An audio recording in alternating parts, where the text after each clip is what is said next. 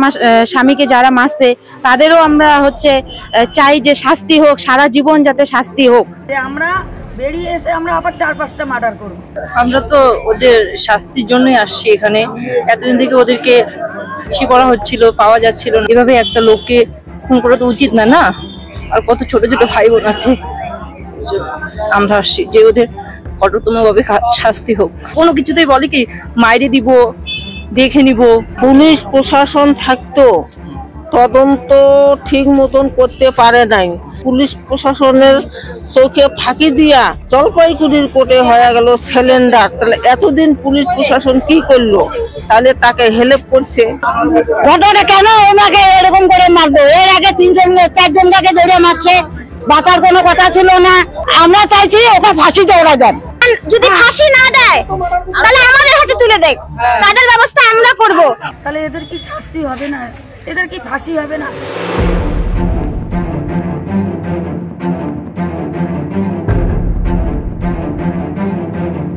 শিলিগুড়ির 35 নম্বর ওয়ার্ডে খুনের ঘটনায় দোষীদের শাস্তির দাবিতে এনজেপি থানায় গণস্মারকলিপি প্রদান করলেন স্থানীয় বাসিন্দারা। বৃহস্পতিবার রাতে শিলিগুড়ির 35 নম্বর ওয়ার্ড তথা রায়পাড়ার বাসিন্দারা প্ল্যাকার্ড হাতে থানায় বিক্ষোভ দেখান। দোষীদের কঠোর শাস্তির দাবি জানান তারা। এরপর এনজেপি থানার ওসি নির্মল দাসের হাতে স্মারকলিপি প্রদান করা হয়। মৃতের পরিবার ও স্থানীয়দের অভিযোগ, খুনের ঘটনার পরের দিনই লিখিত অভিযোগ দায়ের করা হয়েছে।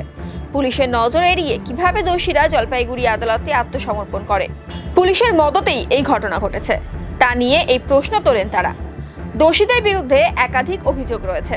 তাদের বিরুদ্ধে কথা বললেই প্রাণে মেরে ফেলার হুঁশিয়ারি দেওয়া হয়, যে কারণে দোষীদের কড়া শাস্তির দাবি জানান তারা। আমার কথা হচ্ছে পুলিশ প্রশাসন ওদেরকে চেষ্টা করছে খোঁজার জন্য, খুঁজছে পুরা খুঁজে তবু কিন্তু খুঁজে ওদেরকে পেল না। ওরা কি করে, কোথায় কি করে পুলিশের চোখে ফাঁকি দিয়ে ওরা কি করে জলপাইগুড়ি কোর্টে হাজির হয়ে গেল? আমার প্রশ্ন হচ্ছে এটা। তাহলে এদের কি শাস্তি হবে না? এদের কি ফাঁসি হবে না?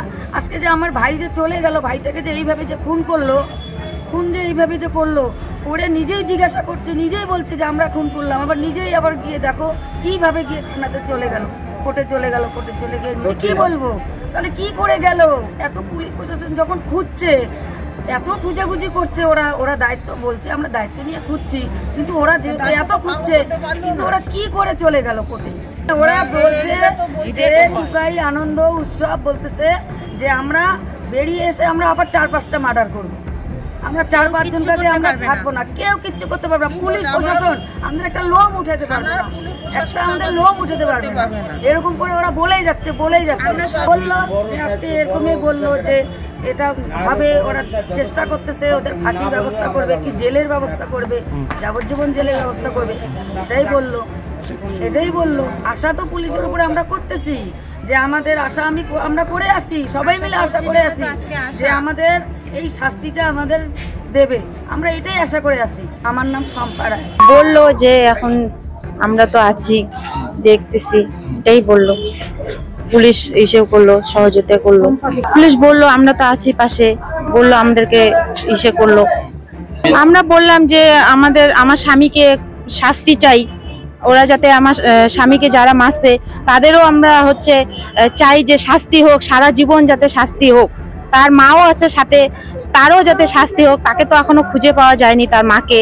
বা সোনামণি রায় যে আছে ওনাকেও খুঁজে পাওয়া যায়নি। 2 জন মহিলা, পিঙ্কু রায়, ওনাকেও খুঁজে পাওয়া যায়নি। তো পুলিশ বললো ঠিক আছে আমরা দেখতেছি, এগুলোই বললো। আর মৌমিতা রায়। আমরা তো ওদের শাস্তির জন্যই আসছি এখানে। এতদিন থেকে ওদেরকে বেশি করা হচ্ছিল, পাওয়া যাচ্ছিল না। কিন্তু আজকে খবরে দেখলাম যে ওরা নিজেই ধরা দিয়েছে, ওরা কোর্টে গিয়ে হাজির হয়েছে। তো আমরা এটাতে ওদের কঠোরতম শাস্তি চাই। এভাবে একটা লোককে খুন করা তো উচিত না, না? আর কত ছোট ছোট ভাই বোন আছে। আমরা আসছি যে ওদের কঠোরতম ভাবে শাস্তি হোক। আমরা চাই যে পুলিশ কঠোর ভাবে করুক, ওদের ফাঁসি চাই আমরা। আর আমাদের এত অসুবিধা হয়ে গেছে, আমাদের জীবনের কোনো নাই। ওরা সবাইকে ধুমকি দেয়, যাদের সাথে হোক না কেন, কোনো কিছুতেই বলে কি মাইরে দিব, দেখে নিব। আর হচ্ছে আমাদেরকে ওইভাবে ধুমকি দেওয়া হয়েছিল যে যদি আমরা কোথাও পাই মাইরে দিব। আমাদের মানে লাইফে এখন আমরা বের যে হবো বাড়ি থেকে, মানে আমরা সাহসী পাই না যে বের হবো কিভাবে। আমরা যদি আমাদেরকে রাস্তাঘাটে ধরে, আমরা তো অনেক জায়গায় যাই না, তাই আমরা চাই যে প্রশাসন এসে নিক আমাদের। পুলিশ প্রশাসন থাকতো, তদন্ত ঠিক মতন করতে পারে নাই, তার জন্য পুলিশ প্রশাসনের চোখে ফাঁকি দিয়া আজকে টুকাই আনন্দ উৎসব 12টার সময় জলপাইগুড়ির কোর্টে হয়ে গেল সিলিন্ডার। তাহলে এতদিন পুলিশ প্রশাসন কি করলো? তাহলে তাকে হেল্প করছে। একদম পুলিশ প্রশাসন যে হেল্প না করে তাহলে প্রশাসন আসামি কোনোদিনও সিলিন্ডার হইতে পারে না। এখন এইটা আমার পুলিশ প্রশাসনের কাছে বলতেছি, এখন আমরা ওদের শাস্তি চাই, ওদের ফাঁসি চাই, ওর ফাঁসি চাই। ওইটাই আমরা বলতেছি। ওর মা আছে, ওর বউ আছে, আরো একটা নবীনের মা আছে সোনামণি, আমরা ওকেও চাই। মা হই আমি সাবিত্রী রায়। ঘটনা কেন ওনাকে এরকম করে মারবো? এর আগে 3-4জনকে ধরে মারছে, বাঁচার কোনো কথা ছিল না। আনন্দ নার্সিংহোমে ভর্তি করছিল, তার বাবা নাই, আর একটা বাড়ি দিলে পরে সেও মারা যাইতো।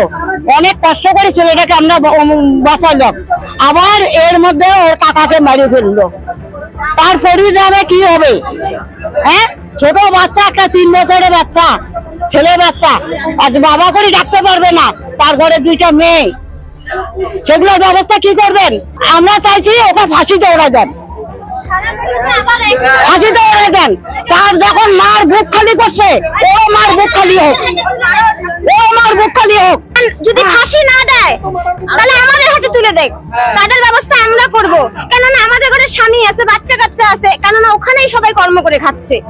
এখন সেটা ওরা করতে দিবে না, সেটা ওদের জয় করে, ওই জায়গাটা ওরা জয় করে খেতে চায়। জন্য আমরা বলতেছি, হয় ফাঁসি দেখ আর না হয় আমাদের হাতে উঠাই দেখ। এর আগে সবাইকে ধমক দিছে, সব সময় ধমক দেয়, সবাইকে ধমক দেয়, জেন্টস লোককেও দেয়, লেডিস লোককেও দেয়, বাচ্চা কাচ্চাকেও দেয়।